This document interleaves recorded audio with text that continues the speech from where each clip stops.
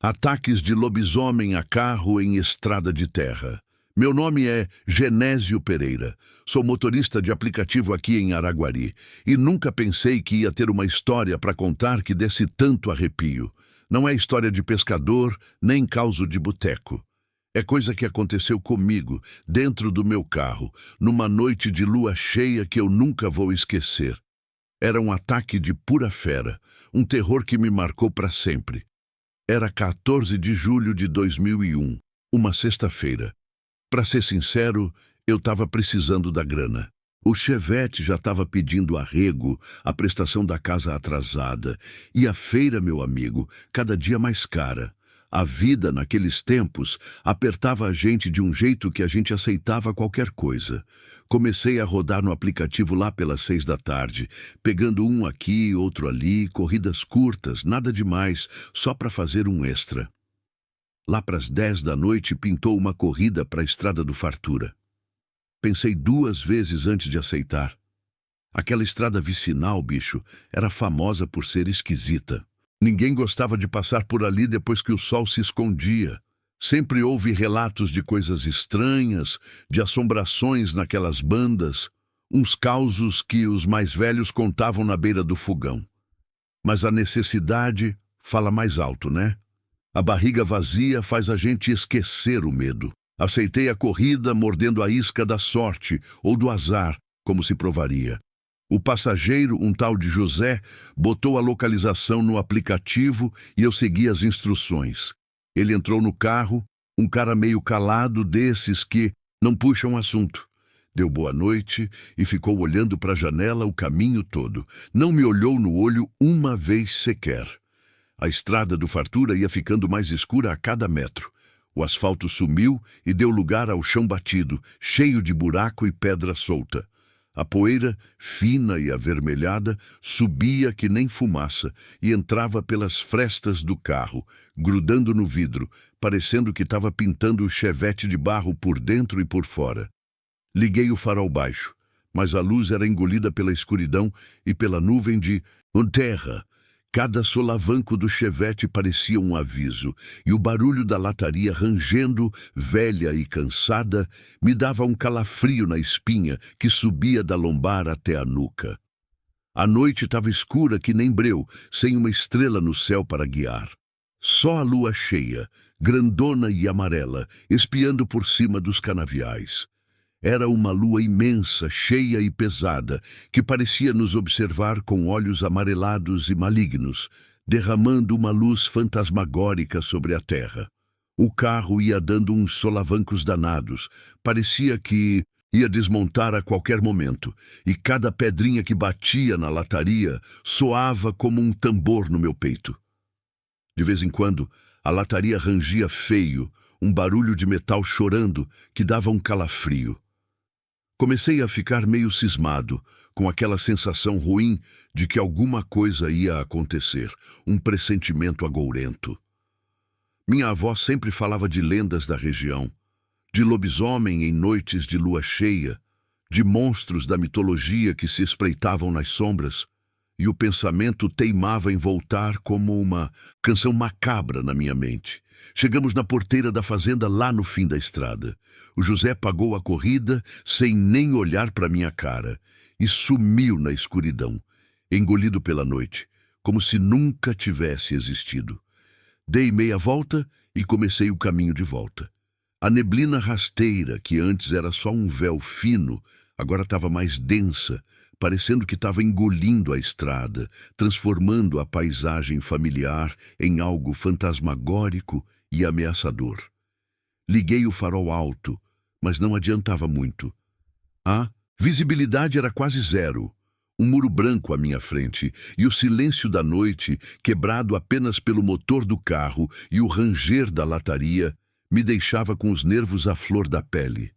O ar pesado e frio entrava pelas janelas, trazendo um cheiro de terra molhada e mato, mas também um odor estranho, um cheiro que eu não sabia descrever, mas que me incomodava profundamente.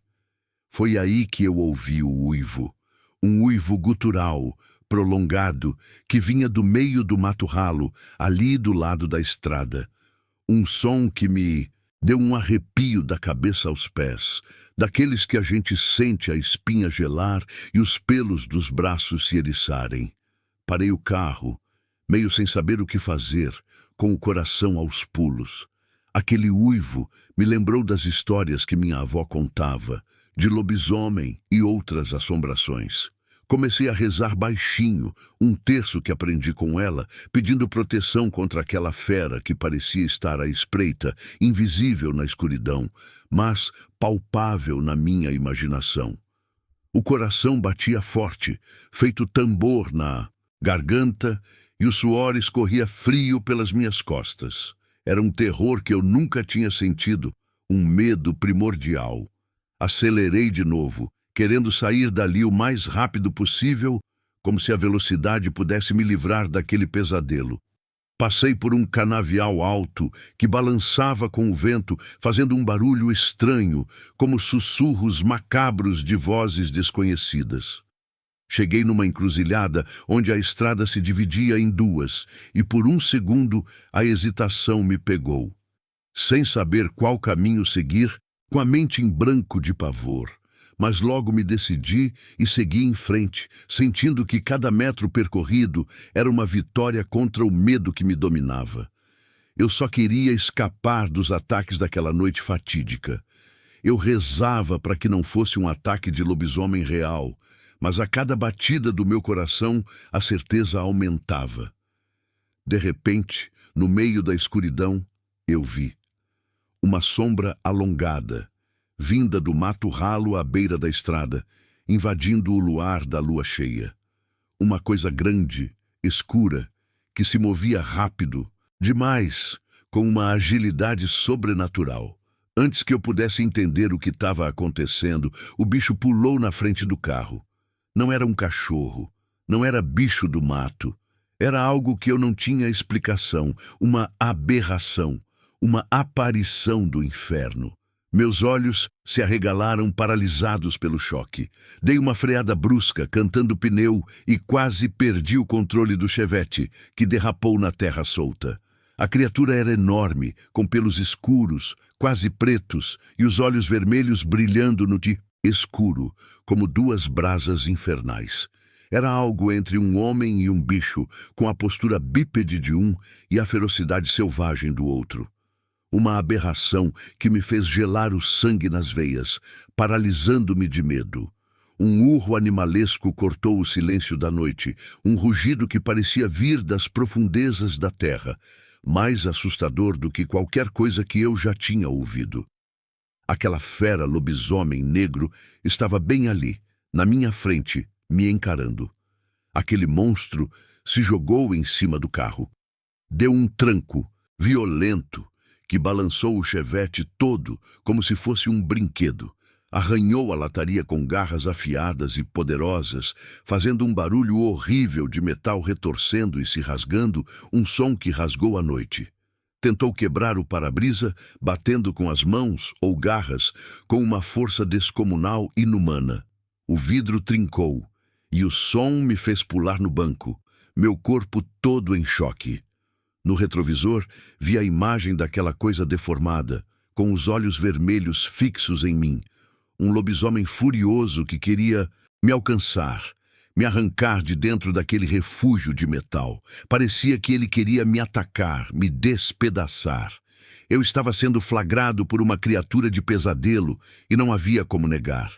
Pisei no acelerador com tudo, sem pensar duas vezes. A única coisa que me restava era fugir. O carro cantou pneu de novo, patinou na terra, mas consegui escapar milagrosamente. A criatura ainda correu atrás por alguns metros, uma sombra alongada que parecia deslizar pela escuridão da estrada de terra. Mas logo ficou para trás, engolida pela névoa e pela noite. Olhei pelo retrovisor e vi a sombra sumir na escuridão. Eu tinha presenciado ataques de algo inexplicável e sobrevivido para contar. Fui um sobrevivente de lobisomem. Continuei dirigindo em disparada, com o coração na boca, que parecia que ia saltar a qualquer momento. As mãos tremiam no volante, o corpo suava frio e a adrenalina corria em minhas veias. Não parei até chegar na BR-050, já perto de Araguari.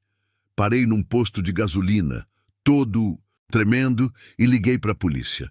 Enquanto esperava o camburão e o guincho, percebi que um dos pneus estava furado. Devia ter furado na hora da freada brusca ou quando o bicho atacou o carro com suas garras afiadas, talvez um estilhaço do para-brisa.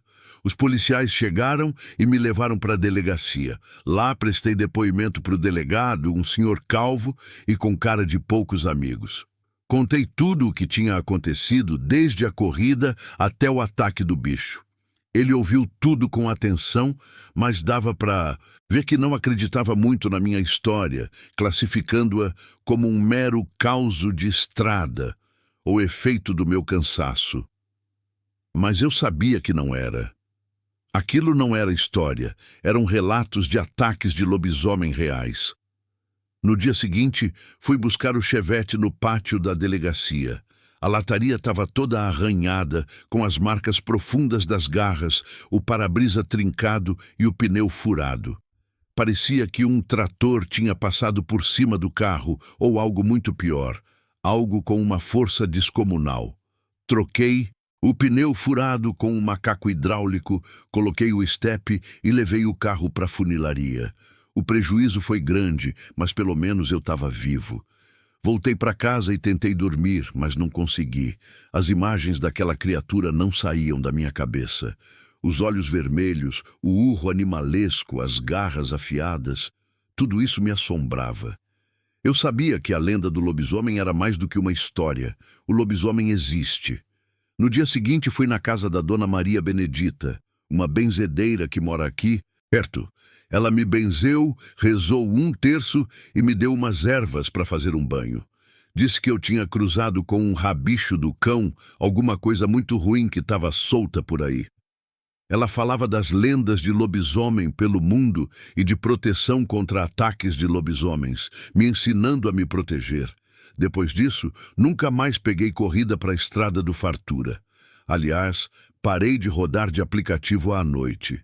O medo de encontrar aquela criatura de novo era maior do que a necessidade de ganhar dinheiro. Eu não queria mais ser alvo de um ataque de lobisomem. Eu tinha visto o lobisomem flagrado com meus próprios olhos.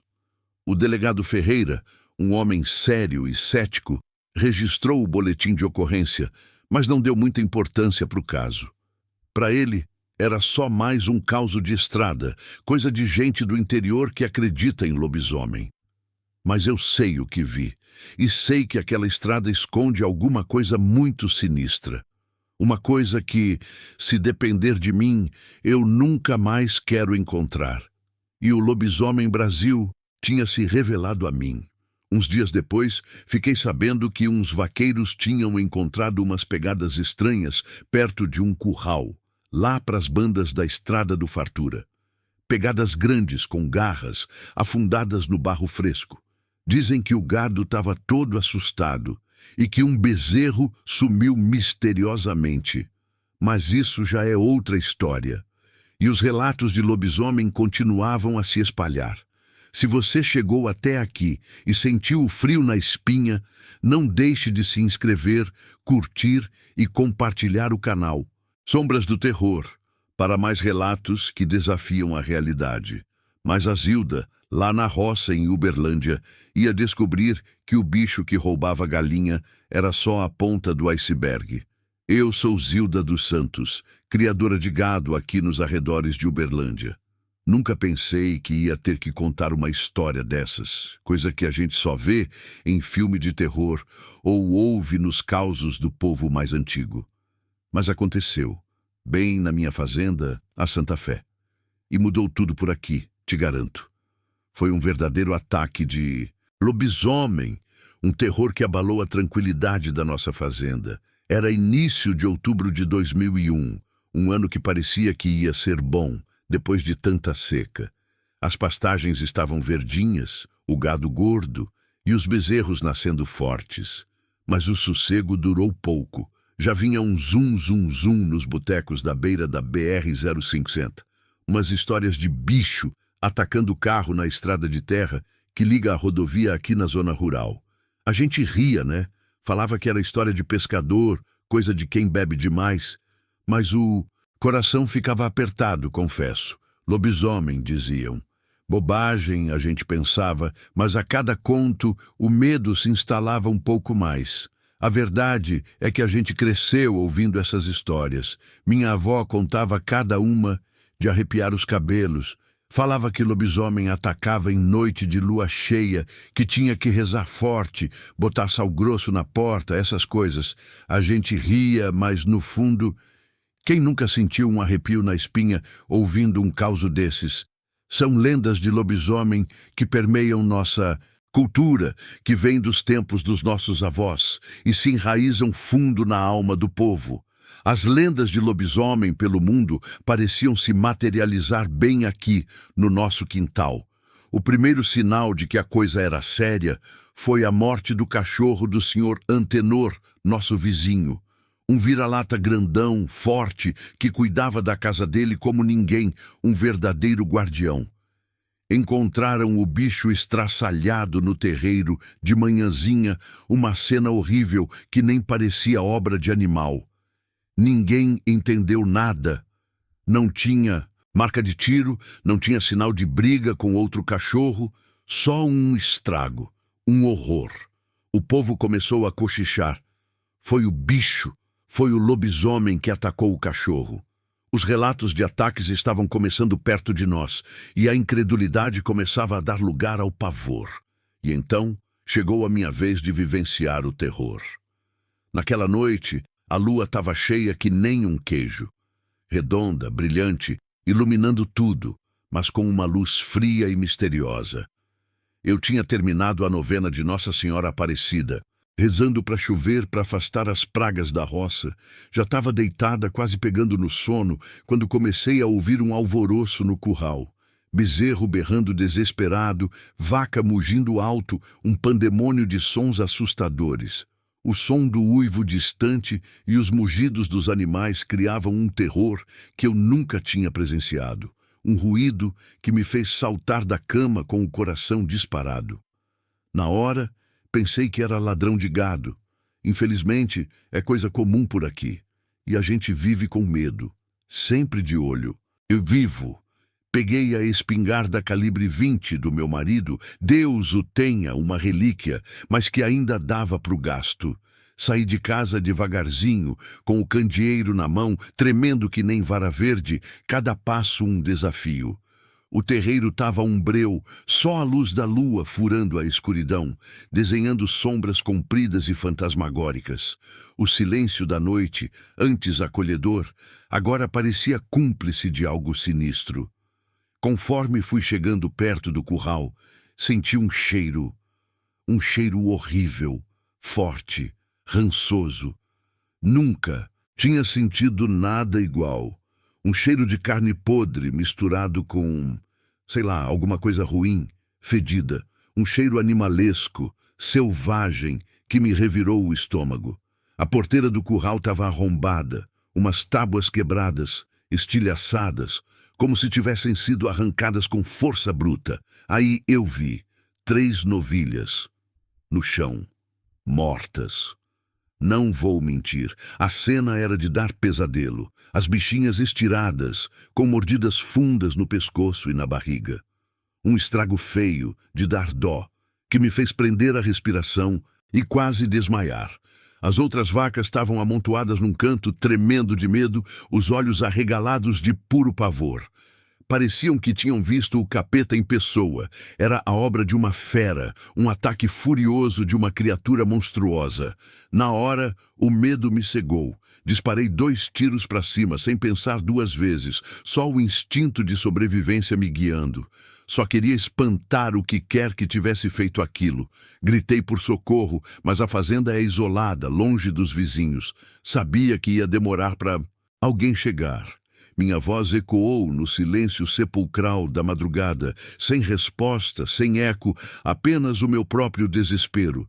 Fiquei ali, parada, com a espingarda na mão, esperando o bicho aparecer, o coração batendo descompassado. Mas nada, só o silêncio da noite que parecia mais pesado do que nunca. Um silêncio sepulcral que dava um medo danado. Era um terror puro, um medo que paralisava a alma. Quando amanheceu, o sol revelou a extensão do estrago. As marcas de garras no portão arrombado eram enormes, profundas, como se um animal gigantesco tivesse tentado entrar. No chão, pegadas grandes, disformes na lama, bem mais nítidas com a luz do dia. Maiores que as de um cachorro, maiores que as de uma onça. Pegadas esquisitas, como se o bicho andasse em duas patas, mas com as garras para fora. Parecia um lobisomem negro que tinha feito aquilo, uma aparição que se tornara real. Chamei o seu Juca, da borracharia, para me ajudar a consertar a porteira. Ele veio rapidinho, com a caixa de ferramentas e a cara fechada. Já tinha ouvido falar dos boatos, sabia do que tinha acontecido com o cachorro do Sr. Antenor. Olhou as marcas, as pegadas e balançou a cabeça. Dona Zilda, isso aqui não é coisa de bicho normal, não. Ele sabia que era a verdade sobre lobisomens, algo que a gente só ouvia em causos antigos. Chamei o Dr. Osvaldo, o veterinário da cidade. Ele examinou as novilhas, fez cara de preocupado, os olhos franzidos. Disse que as mordidas eram muito profundas, muito precisas, que não eram compatíveis com as de nenhum animal conhecido na região. Dona Zilda, eu não sei o que fez isso, mas é forte e perigoso. Era um monstro da mitologia em carne e osso que tinha aterrorizado minha fazenda. O sargento Marcos, da Polícia Militar, veio registrar a ocorrência. Anotou tudo, tirou fotos, mas parecia meio descrente, com aquele ar de quem já viu de tudo e não se surpreende com mais nada. Dona Zilda, pode ter sido uma onça, um cachorro do mato. Eu olhei para ele e falei: Sargento, eu conheço os bichos daqui. Isso não é obra de bicho normal. Isso é coisa do outro mundo. Eu estava convicta. Era um dos casos reais de lobisomens, eu tinha certeza. A notícia se espalhou rapidinho. A radiodifusora de Uberlândia noticiou o ataque, e logo a cidade toda estava sabendo. O povo ficou apavorado, com o medo estampado no rosto. Ninguém queria sair de casa à noite. As vendas da Dona Neide lá na beira da estrada ficaram vazias. Ninguém ia comprar nada, com medo do bicho. Seu Juca, coitado, não dava conta de tanto serviço. Todo mundo pedindo para ele reforçar as cercas, os portões, as trancas, procurando proteção contra ataques de lobisomens. A vida na zona rural de Uberlândia virou um inferno. O medo tomou conta de tudo. Uma névoa densa que pairava sobre as casas. As rezas ficaram mais fervorosas, as promessas se multiplicaram. As garrafas de cachaça, antes usadas para afogar as mágoas, agora serviam para dar coragem, ou para anestesiar a alma do terror. Os causos de lobisomem, antes contados em tom de brincadeira, agora eram recontados com pavor, suas histórias ganhando contornos de realidade assustadora. A lenda do lobisomem era real e estava entre nós. Eu, Zilda dos Santos, nunca mais fui a mesma. Passei a dormir com a espingarda do lado da cama, um braço segurando a arma, o outro o terço. Contratei um caseiro para vigiar o curral à noite, um pobre coitado que também tremia de medo. Não conseguia mais dormir direito, sempre com a sensação de que o bicho estava me espreitando na escuridão, esperando o momento certo para um novo ataque. Eu tinha que saber como se proteger de um ataque de lobisomem. O que eu vi naquela noite: as novilhas mortas, as pegadas esquisitas, o cheiro horrível. Aquilo não era coisa desse mundo, era coisa do outro, era o lobisomem. E ele estava solto por aí, aterrorizando a nossa gente. Era um dos relatos de ataques de lobisomem reais em pleno Brasil. E eu era uma testemunha.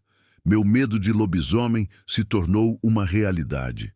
Se você chegou até aqui e sentiu frio na espinha, Não deixe de se inscrever, curtir e compartilhar o canal Sombras do Terror para mais relatos que desafiam a realidade.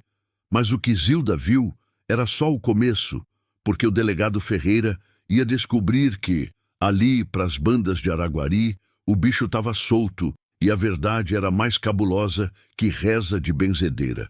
Eu sou Antônio Ferreira, delegado da Polícia Civil aqui de Araguari, Minas Gerais. Com mais de 20 anos nessa vida de tira, já vi de tudo um pouco. Assalto, homicídio, desvio de verba. A gente acostuma com a maldade humana, sabe? A crueldade e a picaretagem dos homens são previsíveis. Mas confesso que as últimas semanas têm sido um teste para minha sanidade. Começou com uns relatos esquisitos, uns casos que no começo jurei que eram pegadinha, coisa de bêbado ou de gente querendo aparecer. Mas a coisa engrossou a ponto de virar inquérito oficial, e eu me vi mergulhado num terror que fugia a qualquer lógica policial. Tudo começou lá por 12 de agosto. A noite estava daquelas, escura que só vendo, lua quase cheia espiando por entre as nuvens como um olho vigilante. Recebi o primeiro boletim de ocorrência. Um tal de Zé do Mato, caminhoneiro, jurava de pé junto que tinha sido atacado por um bicho na estrada vicinal que liga Araguari a Amanhece. Um bicho enorme, delegado, com cara de cachorro, mas andando em pé, dizia o Zé, suando frio e com a camisa rasgada, os olhos arregalados de pavor. Olhei para o escrivão, o Serginho, e balancei a cabeça com um sorriso de descrença. Pensei, cachaça adulterada, só pode? Ou ele viu o capeta na garrafa? Mas o Zé do Mato insistia com uma convicção que me inquietava. Falava dos faróis do caminhão estilhaçados, da lataria amassada, como se um trator tivesse passado por cima do veículo. Fui dar uma olhada no camburão, onde o caminhão do Zé estava guardado. De fato, a coisa estava feia. Arranhões fundos e incomuns, amassados estranhos, nada que eu pudesse atribuir a um acidente comum. Chamei a perícia.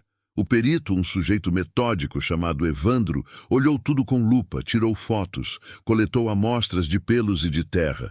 Parece obra de animal, delegado, mas um animal grande, forte e com umas garras bem afiadas, disse ele, coçando a cabeça com uma expressão de dúvida que raramente via em seu rosto. No dia seguinte, a coisa ficou ainda mais bizarra. Dona Maria da Silva, uma senhora religiosa que mora num sítio perto da estrada, chegou na delegacia aos prantos. Contou que voltava da missa, já era noite, quando uma coisa preta e peluda pulou na frente do carro dela. Quase morri do coração, delegado. Aquela coisa começou a sacudir o carro, a arranhar a lataria. Parecia o próprio Satanás. A Dona Maria estava tão desesperada que precisei chamar o Serginho para fazer um café com açúcar para ela, para acalmar os nervos. Ela jurava ter presenciado ataques de algo demoníaco e a seriedade do seu depoimento me fez engolir o ceticismo. Mandei o investigador Souza, meu braço direito e homem de confiança, dar uma olhada no carro da Dona Maria. E lá estava. A lataria toda riscada, com as mesmas marcas estranhas, o para-choque amassado, como se um animal selvagem tivesse tentado invadir o veículo. O Souza, que é um sujeito cético, quase mais que eu, voltou para a delegacia com a cara amarrada, os olhos pensativos. Delegado, não sei o que pensar. Os dois carros foram atacados da mesma forma. E os relatos... Bom, os relatos são muito parecidos. Assustadoramente parecidos. Ele sentia que algo estava assombrado naquelas estradas e eu também comecei a sentir. A partir daí, a coisa degringolou. Os boatos se espalharam como rastilho de pólvora pela cidade e pela zona rural. Lobisomem, mula sem cabeça, saci-pererê. A população rural de Araguari estava em pânico e a histeria tomava conta. Ninguém queria sair de casa à noite. Os bares e vendas ficaram vazios. O comércio local entrou em crise. As noites eram desertas, assustadoras. A pressão sobre a delegacia era enorme. O prefeito ligava todo dia, cobrando uma solução, exigindo respostas. A imprensa local me enchia o saco com perguntas capciosas, publicando manchetes sensacionalistas. E eu, no meio daquilo tudo, tentando manter a calma e encontrar uma explicação lógica para o que estava acontecendo, lutando contra o que parecia ser a lenda do lobisomem virando realidade. Era um caso de terror que afetava a todos e eu me sentia impotente. O Souza passou a semana seguinte batendo as estradas de terra, entrevistando moradores, procurando por vestígios. A zona rural virou um faroeste, poeira para todo lado, buracos que engoliam os carros, a mata fechada espreitando, sombria e misteriosa. Encontramos marcas de pneus estranhas, como se o veículo tivesse derrapado bruscamente ao tentar fugir de algo. Em um dos locais do ataque, o Souza achou tufos de pelo animal. Mandamos para o laboratório da polícia em Belo Horizonte. O laudo demoraria, mas o Souza já adiantou. Delegado, esses pelos não são de nenhum animal catalogado na região. Não é onça, nem lobo-guará, nem cachorro selvagem. Seria mesmo um lobisomem? Um fera lobisomem negro? Para piorar a situação, os patrulhamentos da polícia militar não davam em nada. Os PMs passavam a noite inteira rodando pelas estradas vicinais, com os faróis ligados e as armas em punho, mas não encontravam nada, apenas o silêncio e a escuridão. Mas o tal bicho não dava as caras. Parecia que ele sabia quando a polícia estava por perto. Tinha uma inteligência quase humana. Um dia, o Souza me chamou no canto, a voz baixa, quase um sussurro. Delegado, conversei com o seu Toninho, dono do bar lá da estrada. Ele disse que ouviu uns uivos estranhos nas noites dos ataques. Uivos de gelar a espinha, segundo ele, um som de puro desespero e ferocidade. E disse mais, sentiu um cheiro forte de enxofre no ar. Enxofre? Uivos? Comecei a me sentir num filme de terror, a realidade se misturando com a fantasia. O caso estava se tornando uma história de lobisomem de verdade, e minha cabeça lógica de policial estava em parafuso. O inquérito estava um caos. Vítimas assustadas, testemunhas confusas, vestígios inconclusivos. As únicas evidências eram os relatos das vítimas e os danos nos veículos. Mas como provar que aquilo era obra de um animal e não de um vândalo ou de alguém querendo chamar a atenção? Como explicar os uivos e o cheiro de enxofre? E, principalmente, como acalmar a população e evitar que a histeria coletiva tomasse conta da cidade? Estávamos diante de evidências de ataques de lobisomens ou de uma farsa bem elaborada? A linha era tênue. A pressão aumentava a cada dia. Recebi um telefonema do promotor, cobrando resultados com veemência. Delegado, a população está apavorada. Precisamos de uma resposta, nem que seja para tranquilizar as pessoas. Se for preciso, convoque a imprensa, faça uma coletiva, mostre que a polícia está trabalhando no caso. Era preciso agir para evitar que a crendice se espalhasse ainda mais e virasse anarquia. Decidi seguir o conselho do promotor. Convoquei uma coletiva de imprensa na delegacia. Expliquei o que tínhamos feito até ali. Mostrei as fotos dos carros danificados. Falei sobre os depoimentos das vítimas, mas evitei mencionar a palavra lobisomem, tentando manter a racionalidade. Preferi falar em ataques de animais e investigação em andamento. Uma forma de tranquilizar sem comprometer a verdade. A coletiva não surtiu o efeito desejado. No dia seguinte, os jornais e rádios locais estampavam manchetes sensacionalistas. Polícia investiga ataques de lobisomem em Araguari. Pânico na zona rural. Moradores vivem sob o terror de criatura misteriosa.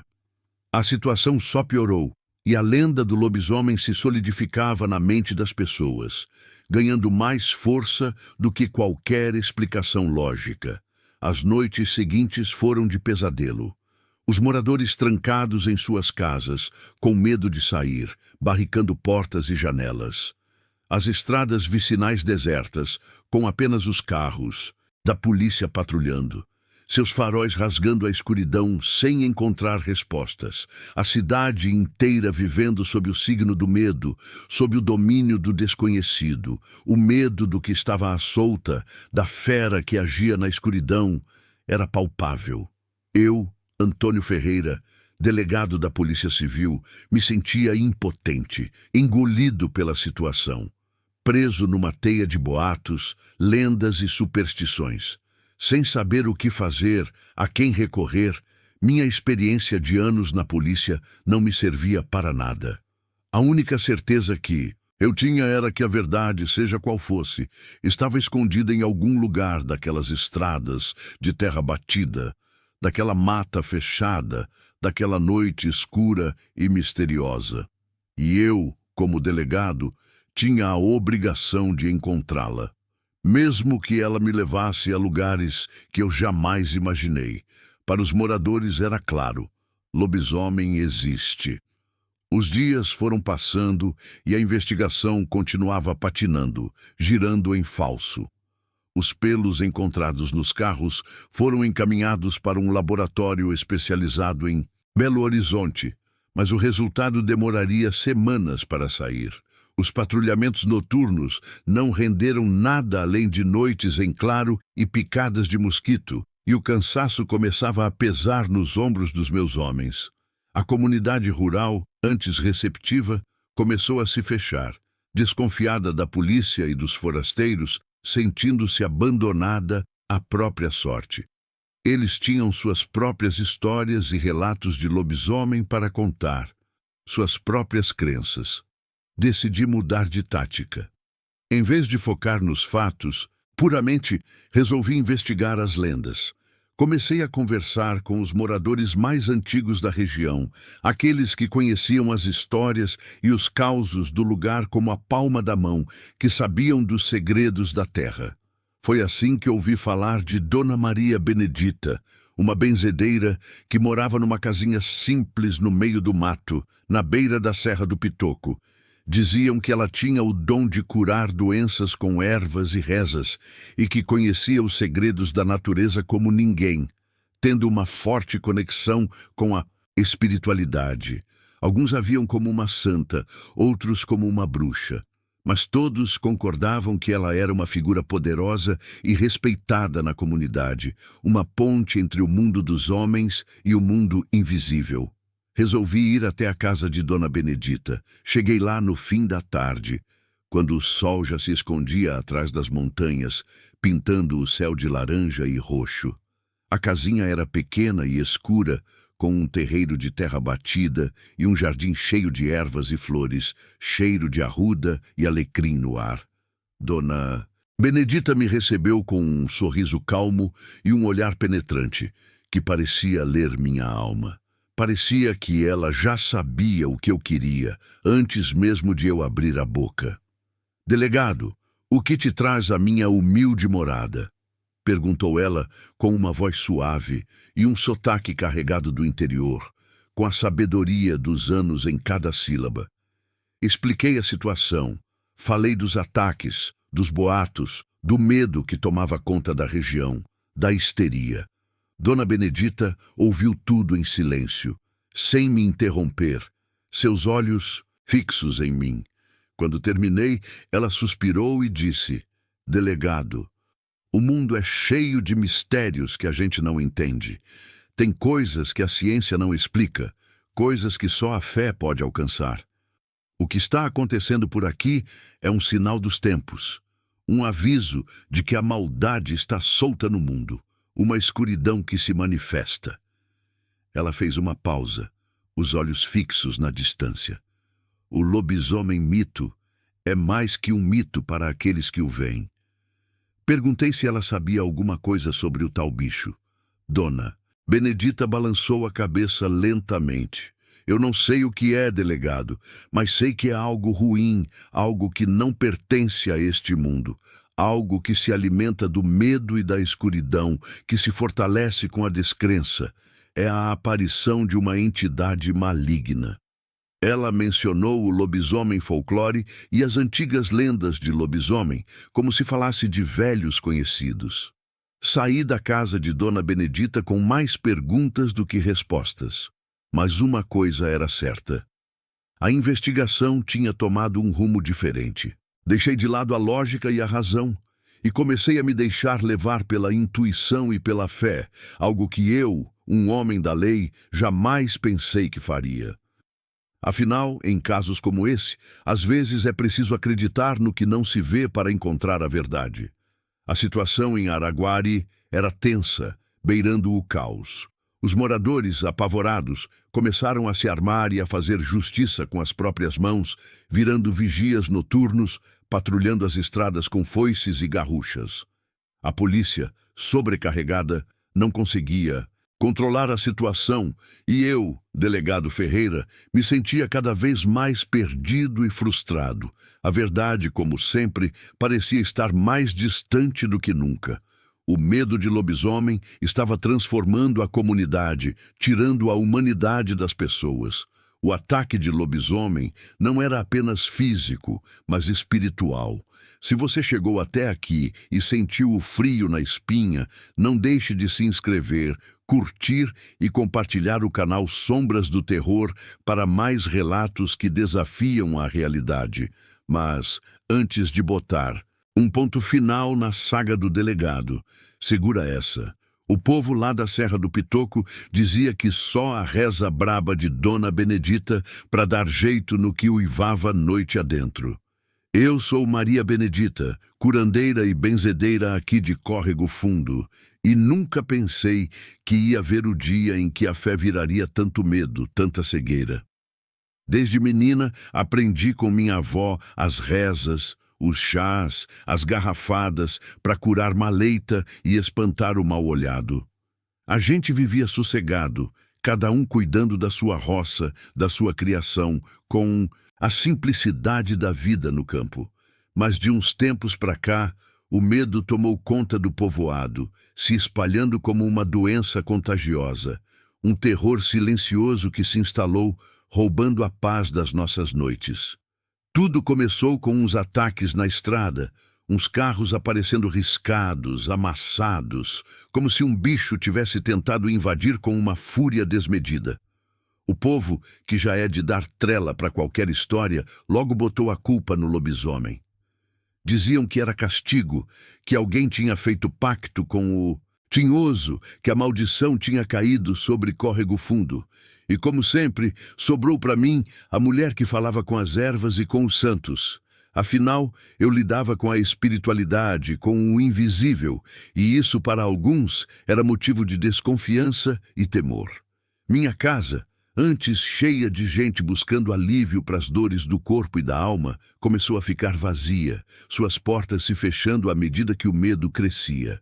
As pessoas passavam na porta, faziam o sinal da cruz e seguiam em frente, com medo de se aproximar, como se eu mesma fosse a praga. Começaram os cochichos, os sussurros pelas esquinas, maldosos e cheios de veneno.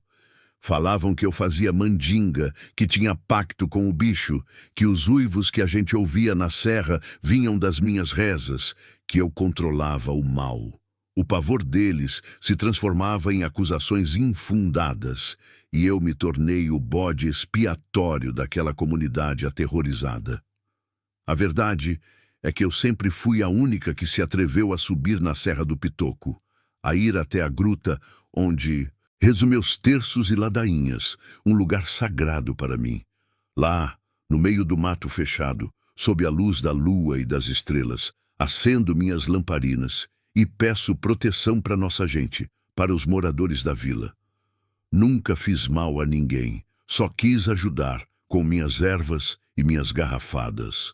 Mas para quem está com medo, qualquer sombra vira monstro, qualquer sussurro vira condenação. Era assim que as lendas se formavam, e o lobisomem se tornava real na mente das pessoas, um monstro que podia ter qualquer rosto, até o meu. Naquele outubro de 2001, a coisa ficou feia de verdade. A lua cheia se aproximava e a tensão aumentava. Uma energia pesada pairava no ar. Os ataques tinham parado. o que para mim era um sinal das minhas rezas, mas o medo não dava trégua. No dia 28, um grupo de moradores mais exaltados, liderados pelo Zé do Bar, um sujeito bruto e cheio de preconceitos, invadiu minha casa com tochas e facões na mão, seus olhos cheios de ódio e pavor. Me acusavam de ser a responsável por tudo, de ter soltado o bicho. Gritavam, xingavam, me chamavam de bruxa, de velha endemoniada. A polícia militar de Araguari teve que vir para apartar a briga. O sargento Batista, coitado, tentava acalmar os ânimos, mas o povo estava cego de medo, enraivecido pela lenda do lobisomem que eles próprios alimentavam. Eu me defendi como pude.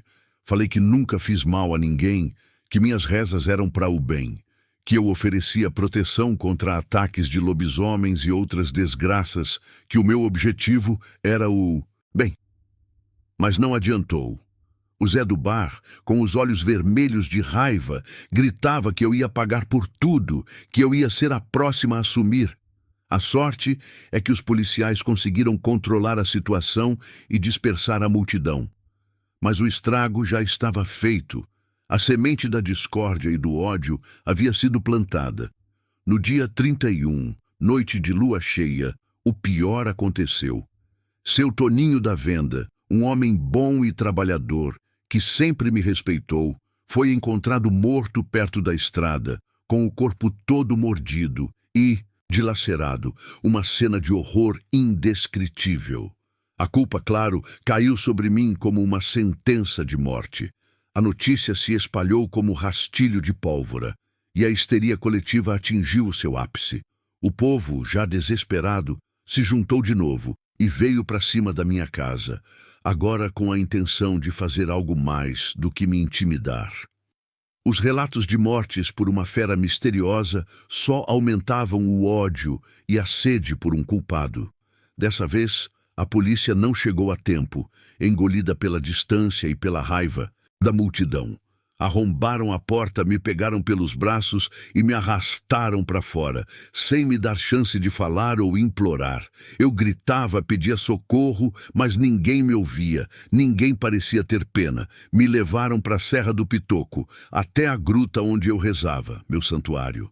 Lá, no meio da escuridão, iluminada apenas pela luz da lua cheia, com as sombras dançando ao redor, eles me acusaram, me julgaram e me condenaram. Eu era o bode expiatório para os ataques de lobisomem, a bruxa que seria sacrificada. Eu juro que tentei me defender, falei que era inocente, que nunca faria mal a ninguém, que eu apenas lidava com as crendices e tentava dar um pouco de fé às pessoas, um pouco de esperança. Mas a fé tinha virado medo, e o medo tinha virado ódio, uma chama cruel que consumia a todos. Me amarraram numa árvore, perto da entrada da gruta, e me deixaram lá, à espera do bicho, à espera da minha própria morte. Minhas promessas não valiam mais nada. Não sei quanto tempo fiquei ali, tremendo de frio e de pavor. A lua brilhava forte no céu, iluminando a mata escura, mas não me trazia conforto, apenas a sensação de estar exposta. Os uivos dos cachorros ecoavam na serra, aumentando o meu desespero. E agora, outros uivos, mais profundos, mais guturais, pareciam mais próximos, mais ameaçadores. Senti um cheiro forte e rançoso, um bafo quente no meu rosto, um odor de morte e selvageria. E então a escuridão me engoliu. Um lobisomem furioso estava ali, eu podia sentir. Depois disso, ninguém nunca mais me viu. Dizem que meu corpo nunca foi encontrado, que o bicho me levou para dentro da gruta, para as profundezas da terra. Outros dizem que minha alma vaga pela serra, assombrando quem se atreve a subir lá à noite. Que eu me transformei na assombração da Serra do Pitoco, uma aparição fantasmagórica que busca justiça. A verdade é que a fé e o medo se misturaram de tal forma em córrego fundo que ninguém sabe mais o que é real e o que é imaginação. E eu, Maria Benedita, a Ite Santos, curandeira, paguei o preço por isso.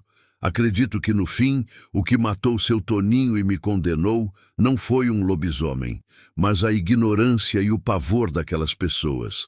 Se você chegou até aqui e sentiu o frio na espinha, não deixe de se inscrever, curtir e compartilhar o canal Sombras do Terror para mais relatos que desafiam a realidade.